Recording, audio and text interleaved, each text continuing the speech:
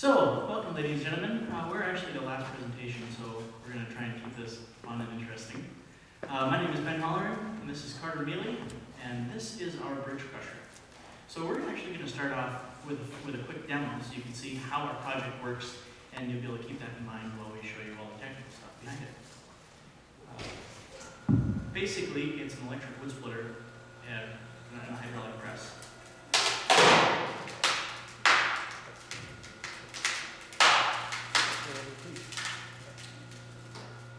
So, we're pretending that this is a bridge, and we just grabbed a 2x8 because it's really easy to crush. The graph over here tells us that the maximum strength of this bridge was about 3,000 pounds, and it shows you a graph of how the bridge performed as it was crushing.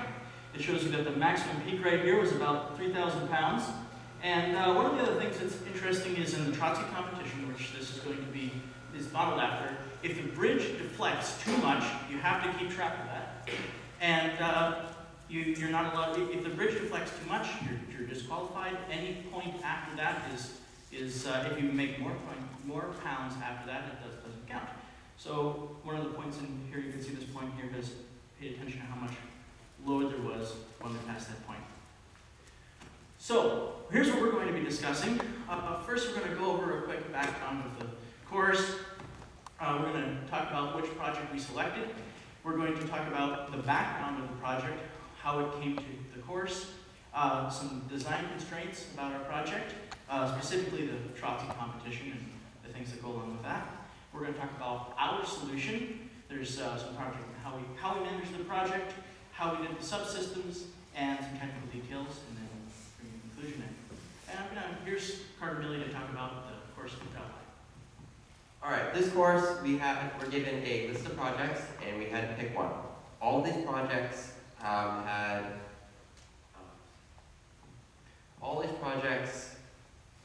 we had to exercise the proper engineering techniques. We had to meet all of these specs given to us, and preferably present the finished product to the client by the time we graduate.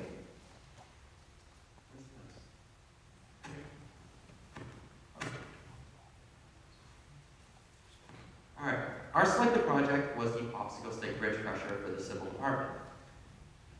It is designed to crush obstacle stick bridges. Much like this one, we couldn't actually turn up any on campus. We're not exactly sure how old that is. That was on the top shelf in the lab. We have to deliver this to the civil department by the time we're graduating, which it's pretty much ready to go. And it must meet all the Trotsky Bridge competition specifications.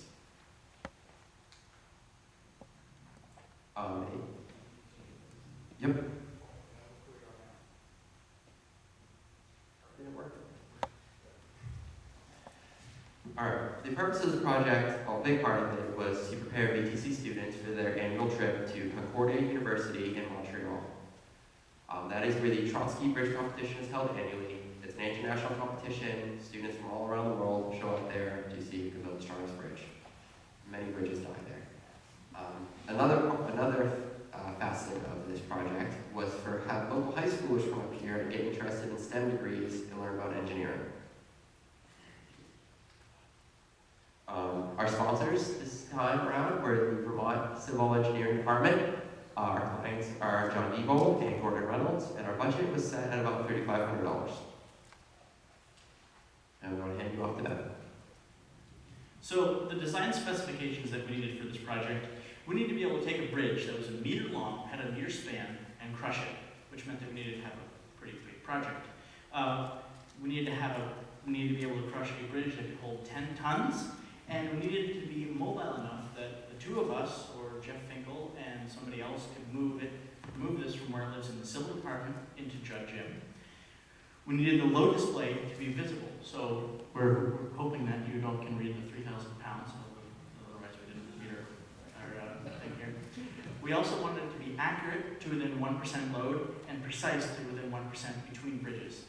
We also needed a 14-inch piston throw because many of the different bridges are different heights, and we need to be able to crush tall bridges and short bridges. The last thing is that there's a metal plate that is used to spread the load around for the Trotsky competition. It's part of the specifications. So a little background about the Concordia competition. It's at Concordia University. The competition is called the Trotsky competition. It's held up in Canada, and students come and check out. They bring their bridge designs and get them crushed to see who can build the biggest one. A couple of years ago, MIT built a bridge that held about 6 tons. So we decided if they're going to build a bridge that can hold 6 tons, we sure as heck should build a bridge crusher that can crush that. So we set a limit for 10 tons, and we've achieved that limit. Now, one of the things that was interesting about the Concordia thing is they have this little itty bitty load display. Those numbers, if you look over here, are only about that tall. And so if you're sitting in the back of the audience, you can't see it. So we said, we need big numbers. So the other thing is, they have this piston, and their piston is here, and then they have this extender, which they swap out for every bridge. Now, if the bridge decides to go sideways, that thing falls off, and can load your bridge on its side and in a not so fair way. So we have this thing that's real sturdy, and it doesn't kick out. So here's a little history of the Trotsky competition. They started in 1990. Oh, no, I'm reading the wrong one. 1984, and they held it up at the Trotsky competition. In 1991, there was the first U.S. team.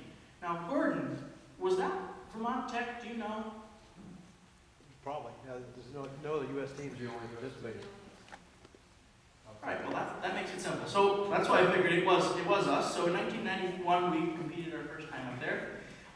In 1994, they were in the middle of crushing a bridge, and the crusher exploded. They threw oil everywhere, and one of the parts of the piston went up and hit the ceiling. There's a mark there to this day, covered everybody in oil, and so they had to build a new crusher. So the new crusher held a maximum of 6,000 pounds. In 2000, they built another crusher, and in 2001, they built another crusher. Incidentally, the kid whose bridge was being crushed has a special award because his bridge never actually broke. So we have decided to build a bridge that hopefully won't explode, a bridge crusher. So I'm going to turn this over to Carter to talk about the final design. All right, our design differs from theirs in a few ways. For one way that's the same is we're using hydraulics again. Pneumatics can get a little bit springy, and once it breaks, it can extend with a bit of force. We didn't want that. Hydraulics are consistent, fairly non-compressible, and once the bridge breaks, it's not going anywhere. We also went with an AC electric motor, so we can plug it straight into a 120 volt wall outlet, 1 horsepower, no problems at all, very easy hookup. We also decided to go with the truss design instead of an I-beam. Their design takes an I-beam on the bottom and an I-beam on the top. It's fairly strong, but it's extremely heavy for that strength. We decided to go to truss design. It's much more complicated, it can be harder to construct, but as far as material weight for strength, it's far superior. Our design, total, the frame weighed about 350 pounds when it was done, before everything you see on it was added, which is significantly less than like the I-beam. Also, we are using a Raspberry Pi microcomputer as our processing power. It has HDMI for the screen, has GPIO pins so that we can get all the information we need from our sensors sent straight to it from the ADC. It just makes life very simple. And then we went with an HDMI monitor and made a custom user interface so that everything you see there was nice and easy to program straight from the Pi. For project management, we decided to make everything open source so that any other school or group could decide if they wanted to, could build one of these crushers. All of our documentation, backup code, everything we've ever done that's electronic is on GitHub. Now GitHub is free as long as you keep everything open source, so that worked out great for us. All we had to do was commit all of our files. We had to commit all our files to GitHub. It kept a great track of it, showed trails, commit trails, made life very, very easy. You can also use a Gantt chart program that syncs with Git, which we will show you on the next slide for time management and tracking of tasks. And now I'm handing Ben to explain the GitHub. So this is actually a plugin that I attached from GitHub is a standalone software. This was a plugin that I attached to it and threw it on my server. It allowed me to keep track of all the tasks. So we went in and said, okay, we want a milestone. We want finished hydraulics. And then we said, all right, well, what do we need to get the hydraulics done? We said, well, we need a motor, pump, blah, blah. So we added all these little sections up here. Where's hydraulics? There's hydraulics, and then each one of these little green things is a task, a specific task. This program went through and says, all right, well, it probably takes you a day to do each task, and it laid it all out for us and told us that the times it was going to happen. Now, I pulled this back in January, I think, and it showed us that we're over, this was the due date for the load display. We were on this day, and it showed us that we weren't going to be able to finish that in time. We ended up actually cramming all these tasks into that weekend, so we did complete that amount of time. But it provided a way to keep track of all the tasks and keep track of all the software that we did. All right, so here's a budget. The final budget that we had was $3,500. We actually submitted a preliminary budget of this to the civil department. They had given us a larger number. We said, well, we think we can do it for $3,500, and that was approved. This graph here shows how it breaks down. Hydraulics is by far the most expensive part. Mechanical, raw materials, and electronics all were about $500 each, but hydraulics was quite expensive. Each hose was it's like $30 a foot, including fittings, so it wasn't super cheap. We came out a little under $3,500. We spent, some of the things have deviated. Some of the when we got right down to it, some of the materials were different than we thought we were going to be. We ended up welding in some extra stuff. Here's our system diagram. So, first of all, there's a bridge that goes here. So we take a hydraulic cylinder, we put it in there, and we crush it. You've seen it just work. We have a LCD screen, which we can draw our graph on. We're going to have a 7-segment display. We'll talk about that later. We have a control box, which is almost finished. Actually, it is finished. That allows, currently we have a keyboard on here, which is complicated because it's got way more buttons than it needs to. It really only needs 2 buttons. So we have a control box with 2 buttons that can be plugged in. We decided to put on large casters, so running it from civil department over here along the red brick road, it wouldn't fall apart, which worked, it didn't fall apart. Also, we have hydraulics. We put all of our hydraulics down low to keep the center of gravity low, fit from rocking. We also wanted it to fit through a standard doorway. I'm going to hand this over to Carter so we can talk about the frame and how it was constructed. Okay. The main part that you see when you look at this is the frame. It is all hollow steel tubing. Most of it is 3-inch by 3-inch square, like these vertical supports. This is a 3-inch by 6-inch by 3/16 thick hollow steel tubing. That 3/16 was the thinnest at that dimensions they could give us. So it's way stronger than it needs to be. These are all 2x2, and these are also 2x2. This here has deviated slightly from what we have on there. We had a little bit of extra steel, and during the fabrication and cutting process, we ran into a slight sizing issue, but we had enough material to overcome it, and now it's actually stronger. So we did we did the whole frame in SolidWorks. By using SolidWorks, we were able to use the simulation tools to put loads on it, and where's my laser pointer? It looks extremely deformed in this picture, but that is, I believe the scale factor is 600 times deformation.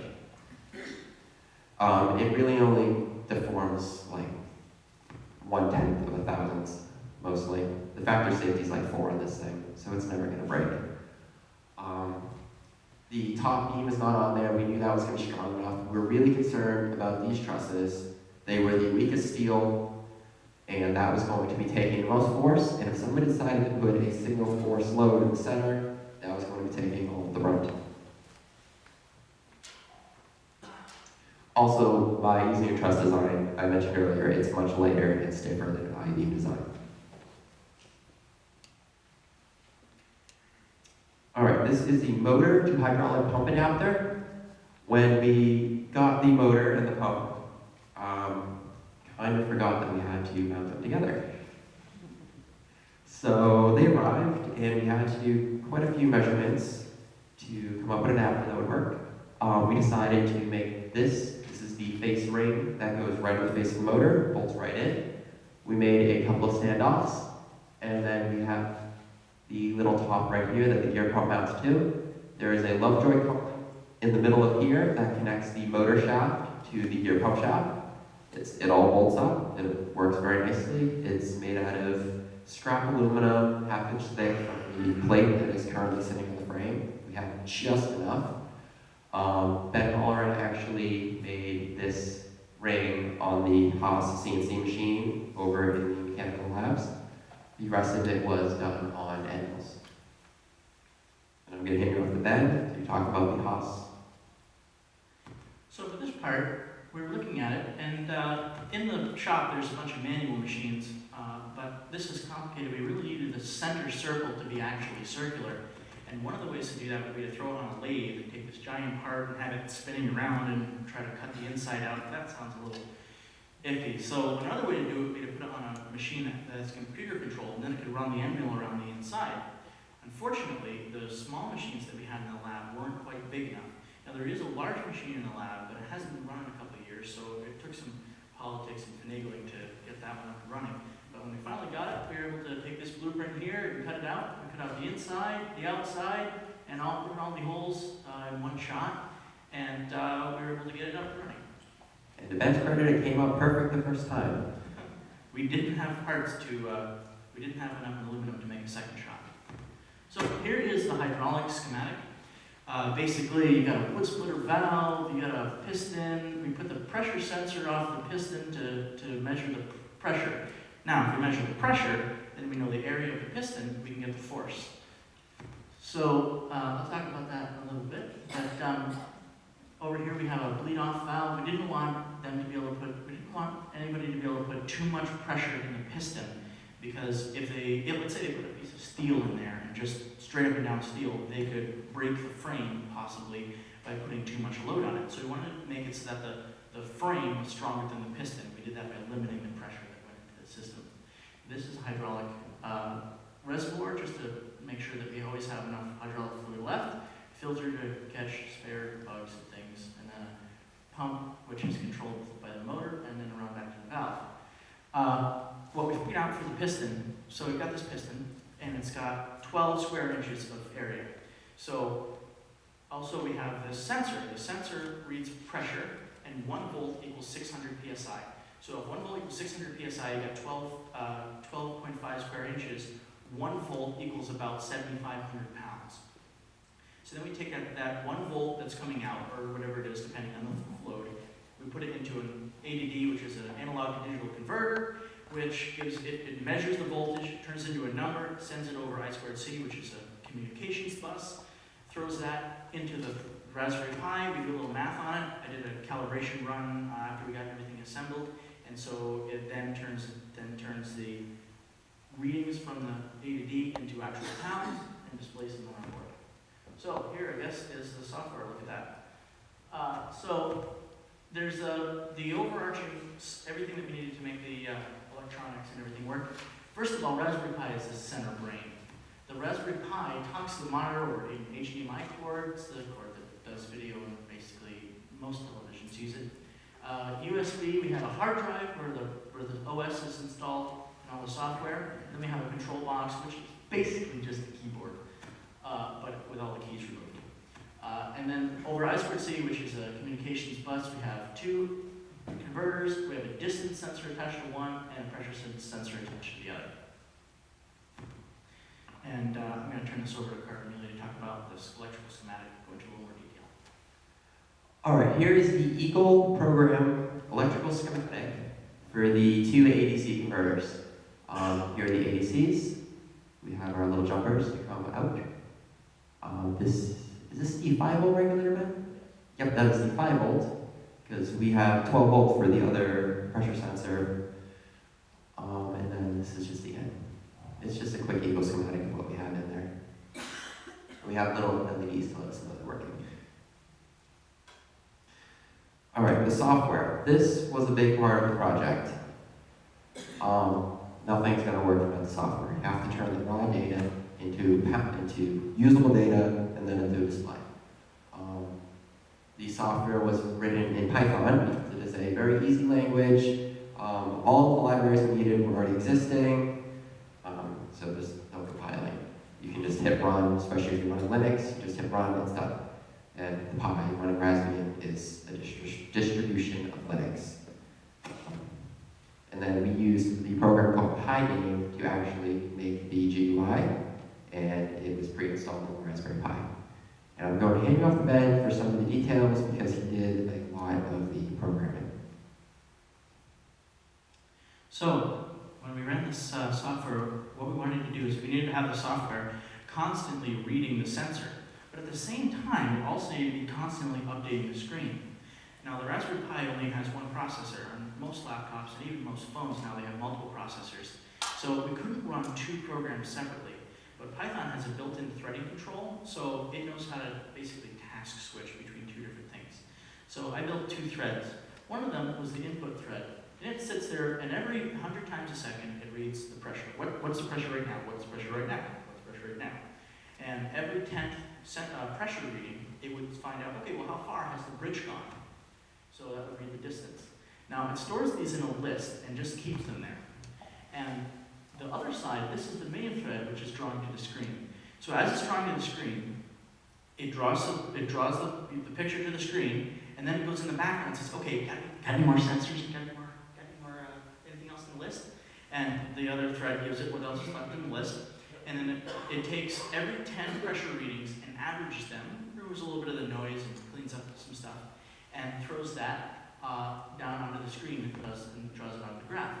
It also checks to make sure if we've pressed the button. So the two buttons that we have are, one is 0, everything, clear the screen, get ready for the next bridge. And the other one is shut down. Don't really need much more complication. So one of the things, a couple of things that we wish we had done to this project. One, we wish that we had used custom circuit boards. Currently, inside there is all the electronics for the device. Now the electronics are currently sitting in a breadboard which has holes in it and you push the wires in, but they're not soldered. So if we roll this across the ground too many times, a wire may wiggle loose. So we hope to, after this presentation is done, design some custom circuit boards and solder it up so it'll be rock solid in the years to come.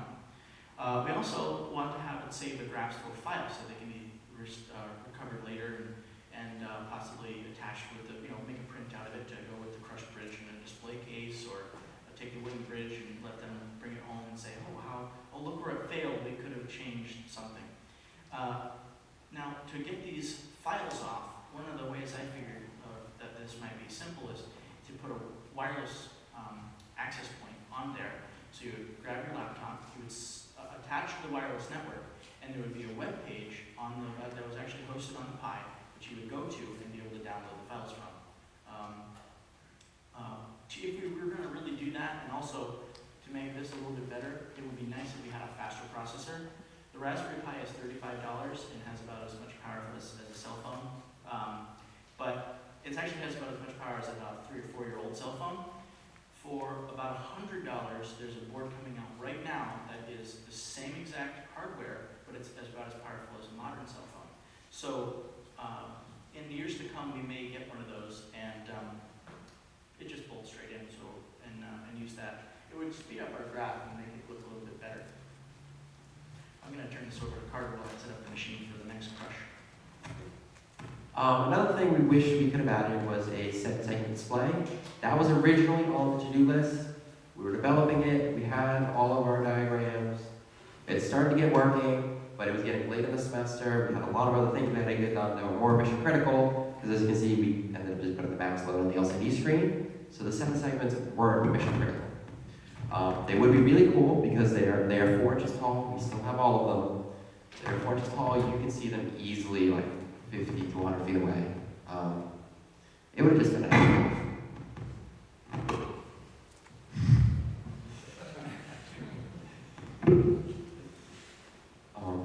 yeah, so that's definitely something we would like to add. Maybe if we still have time at the end of the semester, we will still add them. It's not a whole lot of work, but we're just running out of time and had to get this wrapped up. Another thing that we really have to add still is safety guarding. Because I have had a piece of concrete come flying off of that and hit something. Thank goodness it went the other direction from where I was standing, but it did hit pretty hard. So that is a mission critical, but as far as presentation, it does work, so it's here. Just don't get too close.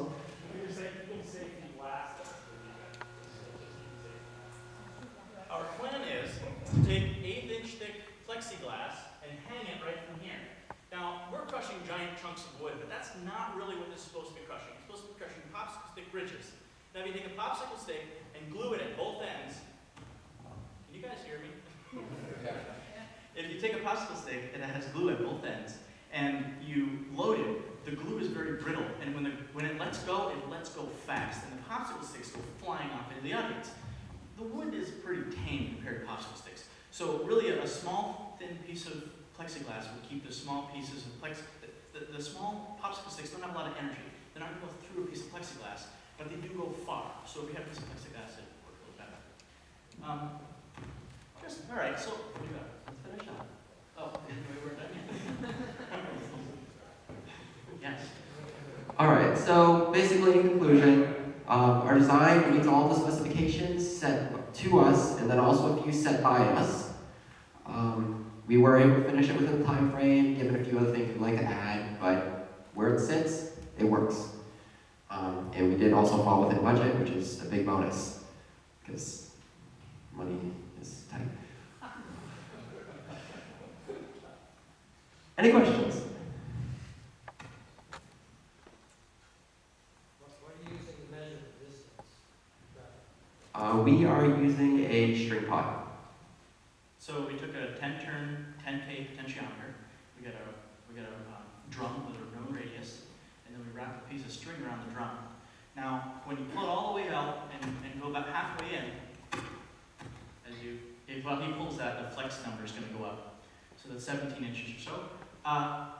As the string rolls on top of the string, the drum gets bigger and the measurement becomes non-linear. So an inch here is different than an inch here.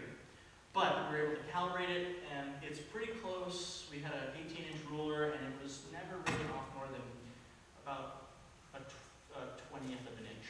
So for the deflection, it's not super critical that that be perfect. So we left it. Dan, Yeah, how did you calibrate the string potentiometer? No, like the force. The force. So that was an actually very challenging problem. So you put some force on it, and you let go, and then it loses some force. So you get up to like 10,000 pounds, and you let go, and it goes down to like 7,000, kind of, maybe, sort of. And then you're trying to read something that's got an actual load, and the pressure is leaking out through the valve, so it's slowly decreasing. So now you look here, look there real quick, it just wasn't working well. But that wasn't what was important. What was important was the maximum. So what we did instead was we took a proving ring, which is a known deflection point, and we crushed it very, very slowly, and then let go. And the ring remembered what the maximum load was, and the graph remembered what the maximum load was, and then we were able to calibrate it that way. Any other questions? Did that string potentiometer, is that homemade or did you buy it as a company? That was bought. They actually used a 3D printer to make what they sold us. I thought that was interesting. Did you check on any deflection of your fixture? The top part seems to be substantially underweight than the bottom part. Have you checked on whether the fixture actually bends up a little bit because you're measuring relative to the... It does. It does bend a little bit, but this part here is where the string pot's mounted, and this part doesn't move at all. So when If you put 15,000 pounds on it, it deflects about 200 thousandths of an inch. But I don't know, it's less than the bridge. The bottom deflects about 3 thousandths at 15,000 pounds. Have you ever broken, you heard of that question, have you ever broken anything that big? no, this is gonna be a big moment. So now that we've all asked questions of us, I have a question for you. How much do you think that'll hold? I should point out, this was 7,500 pounds.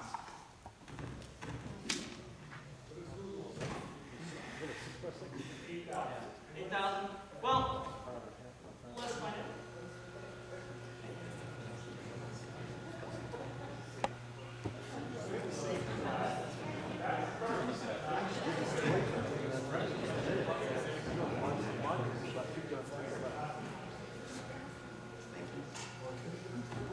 All right, go ahead. All right, here we go. Yep, I had a chair. That's a good idea. That's about as worried as you are because I'm a lot closer. I'm stepping away so I can see the screen. Here we Now go. watch the top flex. It's loaded. Here we go. Wait for it. Is it moving? It's inside. Oh. Inside.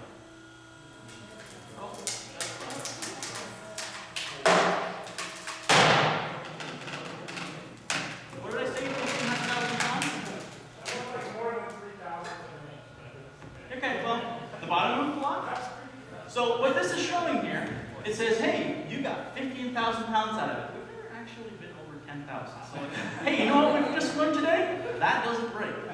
The other thing that it's saying is, this bridge, by the way, auto shut off. This bridge, now this was in the Trotsky competition, when it deflected 2 inches, after you'd squish the bridge 2 inches, you can't, any load after that point is not qualifiable, it's not, you can't count it. But this remembered that, and it said, okay, your maximum, the yellow number is, your maximum after when you got 2 inches of deflection, that was 15,000 pounds. So, we beat MIT.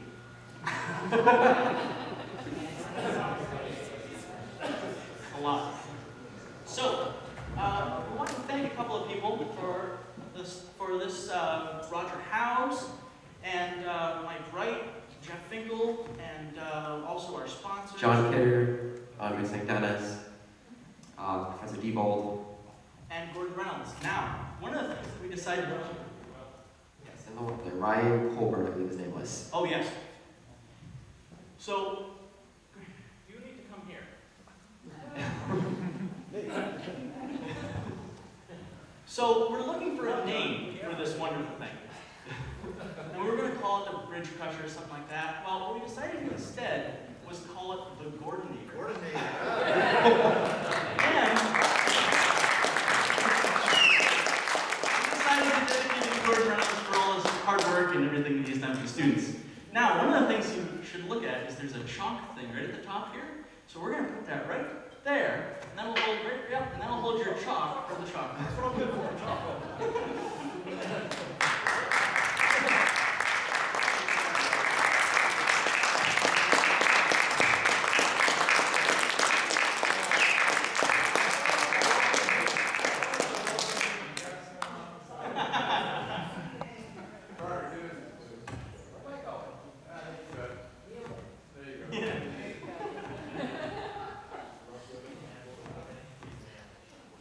Well, why don't we go out with a bang? We succeeded.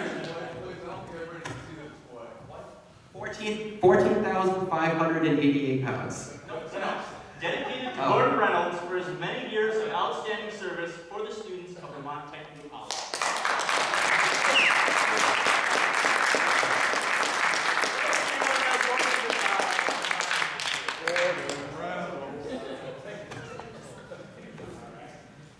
How do you make that stuff here just now? Magic. Software. He needs a third button, so that shows up when he shows third button.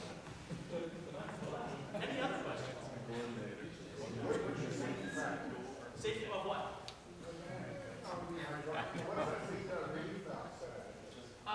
We didn't actually get around to adding a release valve. But you know that doesn't explode. Because if you run the piston down to its maximum throw, the piston bottoms out on just piston. And it can't go any farther. And if you hold it there, the maximum load goes up to about 15,000 pounds. And none of the hydraulics leak. It makes a very bad sound, but it doesn't leak. You gotta put something on the ceiling? No. So, we test that on other materials besides wood or concrete. If